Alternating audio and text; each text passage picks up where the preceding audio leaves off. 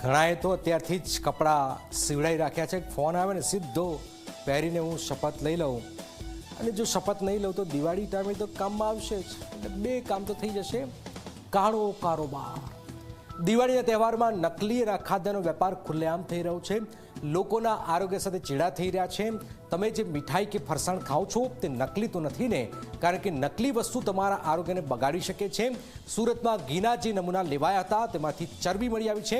ત્યારે જુઓ નકલીના કાળા કારોબારમાં શું થઈ રહ્યું છે આ ખાસ અહેવાલમાં.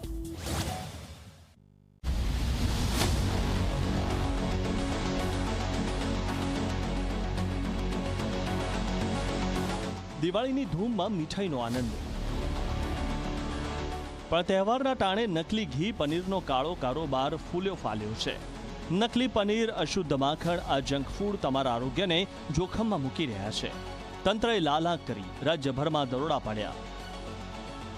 FDCએ 190થી વધુ રેડ્સમાં 351 ટન શંકાસ્પદ વસ્તુઓ જપ્ત કરી, જેની કિંમત 10.5 કરોડ છે. મીઠાઈ ફરસાણના નમૂના લઈને લેબમાં મોકલ્યા છે. સુરતના કોસાડમાં શ્રી મહાદેવા અને ન્યૂ આદિત્યનાથ ડેરીમાંથી લેવામાં આવેલા 7 ઘીના સેમ્પલનો રિપોર્ટ આવ્યો તો બધા જ ફેલ આવ્યા. લેબમાં બાહ્ય ચરબી અને ટ્રાન્સ ફેટી એસિડ મળી આવ્યા. આ નકલી ઘીથી તમારી મીઠાઈ જંક બની જશે. દશેરાના પર્વ પહેલા સુરત મહાનગરપાલિકાની આરોગ્ય વિભાગની ટીમ દ્વારા કોસાડ વિસ્તારમાં ઘીના વિક્રેતાને ત્યાં રેડ કરી હતી અને વિવિધ જે ઘીના જે સેમ્પલ છે તે લેવામાં આવ્યા હતા. આ જે સેમ્પલ છે તે લેબોરેટરી ખાતે મોકલી આપવામાં આવ્યા હતા, જે ફેલ હોવાનું સામે આવ્યું છે. ત્યારે આપણી સાથે આરોગ્ય વિભાગના અધિકારી જોડાયા છે. જી સર, સેમ્પલ ક્યારે લેવામાં આવ્યા હતા, કેટલા કિલો ઘી હતું અને શું રિપોર્ટ આવ્યો?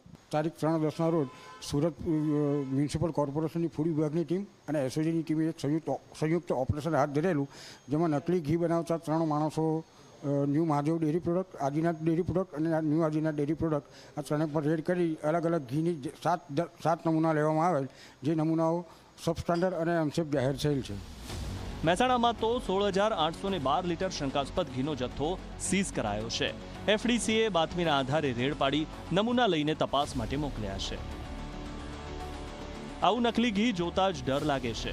દિવાળી શુદ્ધ મીઠાઈ ખાઈને આનંદ મનાવવાનું પર્વ છે, પણ આ રિપોર્ટથી તો ચિંતા વધી ગઈ છે. તંત્રએ કડક કાર્યવાહી કરી છે, પણ આવી કાર્યવાહી રોજ થવી જ જોઈએ. આ ઘીમાં વેજીટેબલ ફેટનું પ્રમાણ ઘીમાં હોવું નહીં જોઈએ, તેની જગ્યાએ વધારે પ્રમાણમાં જોવા મળેલ છે. સર, કેટલું હાનિકારક આ શરીર માટે? વેજીટેબલ ફેટનું પ્રમાણ વધારે હોય તો હૃદયની નળીઓ જોખમ થવાનું લાંબા ગાળે શક્યતાઓ રહેલ છે.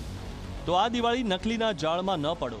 FSSAI માર્કાવાળી શુદ્ધ મીઠાઈ ઘી ખરીદો, આરોગ્યને જોખમમાં ન મૂકો. તંત્રની આ કાર્યવાહી સારી છે, પણ આવી કાર્યવાહી સતત થવી જ જોઈએ.